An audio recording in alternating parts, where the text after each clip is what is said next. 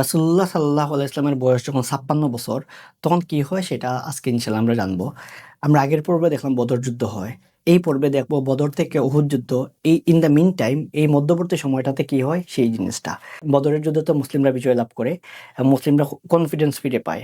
তারা এতদিন ছিল মক্কায় নির্যাতিত।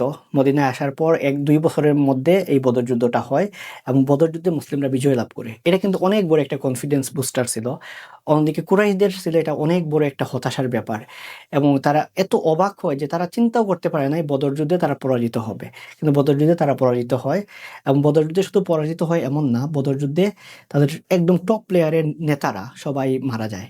বদর যুদ্ধে যখন মক্কার অনেকেই মারা যায় তখন তারা কিন্তু অনেক চিন্তায় পড়ে যায়, কারণ তাদের টপ প্লেয়ারের সব নেতা, সব নেতৃবৃন্দ সবাই নাই এবং সেকেন্ড লেয়ারে যারা ছিল নেতৃবৃন্দ তাদের মধ্য থেকে কিন্তু দেখা যায় তাদের বাবা, তাদের চাচা, তাদের ভাই এরকম অনেকেই ছিল সেই যুদ্ধে মারা যায়। তো এর মধ্যে অন্যতম ছিল সবাই যে আবু সুফিয়ানের ওয়াইফ হিন্দা। তো হিন্দা তার কিন্তু বাবা মারা যায়, তার ভাই মারা যায় বদর যুদ্ধে। তো সে এটার প্রতিশোধের জন্য আসলে সে খুবই উদ্গ্রীব হয়ে ওঠে এবং সেই প্রতিশোধের আগুনটা মেটানোর জন্য দেখা যায় বদর যুদ্ধের পর থেকে কুরাইশরা প্রস্তুতি নেওয়া শুরু করে, আরেকটা যুদ্ধ হবে, আরেকটা যুদ্ধে তারা পরাজিত করবে মদিনার মুসলিমদেরকে। এবং বদর যুদ্ধে যখন আবু জাহেল থেকে শুরু করে টপ প্লেয়ারের লিডাররা মারা যায় মক্কার, তখন মক্কার নতুন যে লিডার সে হয় আবু সুফিয়ান। আবু সুফিয়ান ছিল একজন ব্যবসায়ী এবং সে দেখলো যে মক্কায় মূলত বছরে ২টা ট্রেড হতো। একটা হলো গিয়ে মক্কা থেকে তারা যেত ইয়েমেন, আর আরেকটা হলো মক্কা থেকে তারা যেত হলো সিরিয়া। তো মক্কা থেকে যে সিরিয়া যেত, সেই সিরিয়া যাওয়ার পথেই কিন্তু মদিনা পড়তো, মদিনার পাশ দিয়ে যেতে হতো। এখন মদিনার রোডটা, এই ট্রেড রোডটা যদি অফ হয়ে যায়, তার মানে বছরে তারা একটা বাণিজ্য করতে পারবে, ২টা করতে পারবে না। এবং পবিত্র কোরআনে সূরা কুরাইশে রিহলাতাশ শিতাই ওয়াস সয়ফের যে ব্যাপারটা আছে, এখানে আমরা দেখি যে কুরাইশদেরকে আল্লাহ প্রশংসা করেন, তারা ২টা বাণিজ্য করতে পারে। কিন্তু এটা যদি বন্ধ হয়ে যায় তার মানে তারা বছরে ৬ মাস তারা বিজনেস করবে, ৬ মাস তাদের মানে বিজনেসটা অফ থাকবে। এই বাণিজ্যিক রোডটা পুনরুদ্ধার করার জন্য আবু সুফিয়ান বদর যুদ্ধের পর থেকেই কিন্তু ক্যাম্পেইন শুরু করে, আমরা আরেকটা যুদ্ধ করব, সেই যুদ্ধে আমরা আমাদের ট্রেড রোড সেটা আমরা উদ্ধার করব। তার মানে তাদের জায়গা থেকে বদর যুদ্ধে পরাজয়টা ছিল এমন একটা পরাজয়, এটা শুধুমাত্র মিলিটারি পরাজয় এমন ছিল না, তাদের অর্থনৈতিক পরাজয় ছিল এবং এইটার ফলে তাদের বাণিজ্যিক রোডটা আটকে যায়। এইটা ছিল প্রথমত। সেকেন্ড হলো গিয়ে মদিনার মুসলিমদের অবস্থা কিন্তু খুবই ফুরফুরে থাকে এবং মদিনার তারা একটা কনফিডেন্স ফিরে পায়। কিন্তু বদর যুদ্ধের দিন, যেদিন মুসলিমরা মদিনায় ফিরে বদরের প্রান্তর থেকে, সেই দিন কিন্তু একটা ট্র্যাজেডি হয় এবং সেই ট্র্যাজেডিটা ছিল আল্লাহ রাসূল সাল্লাল্লাহু আলাইহি ওয়াসাল্লামের মেয়ে রুকাইয়া রাদিয়াল্লাহু আনহা, যিনি ছিলেন ওসমান রাদিয়াল্লাহু আনহু উনার ওয়াইফ। সেই রুকাইয়া রাদিয়াল্লাহু আনহা বদর যুদ্ধের দিন, যেদিন বদর যুদ্ধে মুসলিমরা বিজয়ের সংবাদ নিয়ে আসে, সেদিন উনি ইন্তেকাল করেন। এবং রাসূলুল্লাহ সাল্লাল্লাহু আলাইহি ওয়াসাল্লামের কাছে বদর যুদ্ধ যেমন ছিল একটা সামষ্টিক একটা বিজয়ের দিন, ওই দিন উনি পারিবারিকভাবে উনি খুবই ভেঙে পড়েন বা উনি খুবই কষ্ট পান। কারণ ওই দিন উনার মেয়ে রুকাইয়া রাদিয়াল্লাহু আনহা উনি ইন্তেকাল করেন। আবার এই সময়টাতে রাসূলুল্লাহ সাল্লাল্লাহু আলাইহি ওয়াসাল্লামের বয়স যখন ৫৬ বছর, এই সময়টাতে কয়েকটা ঘটনা ঘটে। তার মধ্যে উল্লেখযোগ্য ঘটনা হলো আলী রাদিয়াল্লাহু আনহু এবং ফাতিমা রাদিয়াল্লাহু আনহার বিয়েটা হয় এই বছরটাতেই হয়। এই সময়টাতে রাসূলুল্লাহ সাল্লাল্লাহু আলাইহি ওয়াসাল্লামের বিয়ে ২টা বিয়ে হয়। একটা বিয়ে হয় হাফসা রাদিয়াল্লাহু আনহার সাথে, আর আরেকটা বিয়ে হয় যায়নাব বিনতে খুজাইমা রাদিয়াল্লাহু আনহার সাথে। হাফসা রাদিয়াল্লাহু আনহা ছিলেন ওমর ইবনুল খাত্তাব রাদিয়াল্লাহু আনহু উনার মেয়ে। হাফসা রাদিয়াল্লাহু আনহা যখন বিধবা হন, তখন ওমর ইবনুল খাত্তাব রাদিয়াল্লাহু আনহু তার বিধবা মেয়ের জন্য পাত্র খোঁজেন এবং এটা একটা ইন্টারেস্টিং ঘটনা আছে, সেটা নিয়ে আমরা পরবর্তী কখনো আলোচনা করব।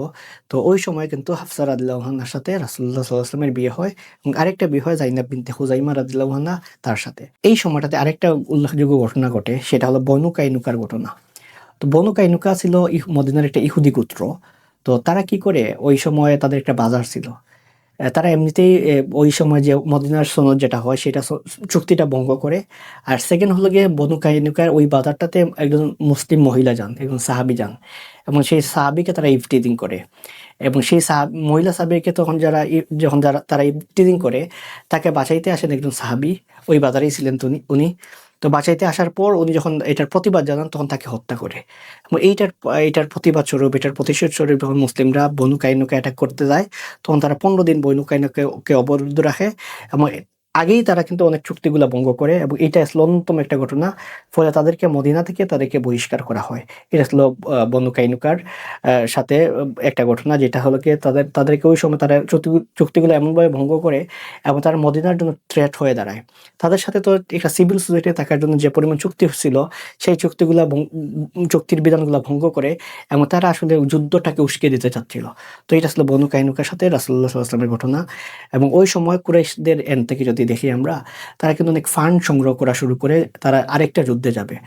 তো আবু সুফিয়ান তো আগেই বললাম যে সে ছিল ব্যবসায়ী এবং উনি ব্যবসা থেকে যে পরিমাণ টাকা পান এবং সেই টাকাটা যেটা ফিরিয়ে দেওয়ার কথা, উনি টাকা ফিরিয়ে না দিয়ে তাদেরকে কনভিন্স করেন যে তোমরা এই টাকাটা দিয়ে এক কাজ করে আমরা আবার যুদ্ধে যাই এবং যুদ্ধে গেলে যদি আমরা এই বাণিজ্যিক রোডটা উদ্ধার করতে পারি তাহলে তোমাদের আরো লাভ হবে। তো এটা ছিল কুরাইশদের এন্ড থেকে এই সময়টাতে, এই পুরো সময়টা জুড়ে ছিল তাদের ফান্ড ম্যানেজমেন্টের টাইমটা।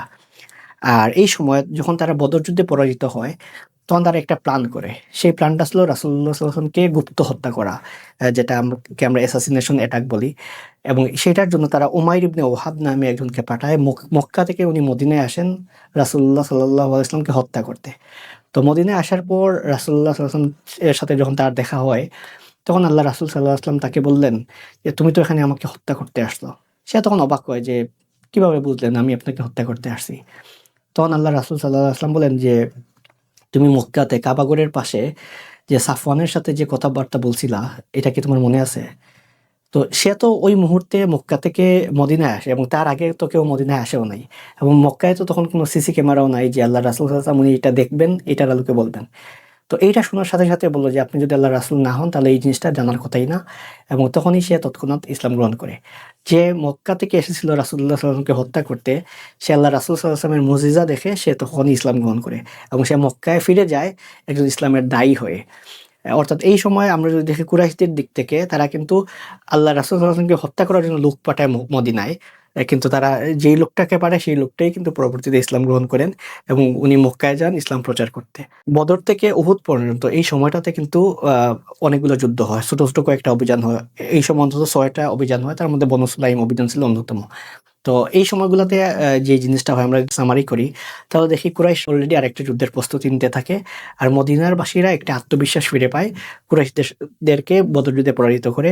এবং এই সময় কয়েকটা বিয়ের ঘটনা ঘটে। আলী এবং ফাতিমা ওনাদের বিয়ে, হাফসা রাদিয়াল্লাহু আনহার সাথে রাসূলুল্লাহর বিয়ে এবং জাইনাব বিনতে খুজাইমা রাদিয়াল্লাহু আনহার সাথে রাসূলুল্লাহ সাল্লাল্লাহু আলাইহি ওয়াসাল্লামের বিয়ে।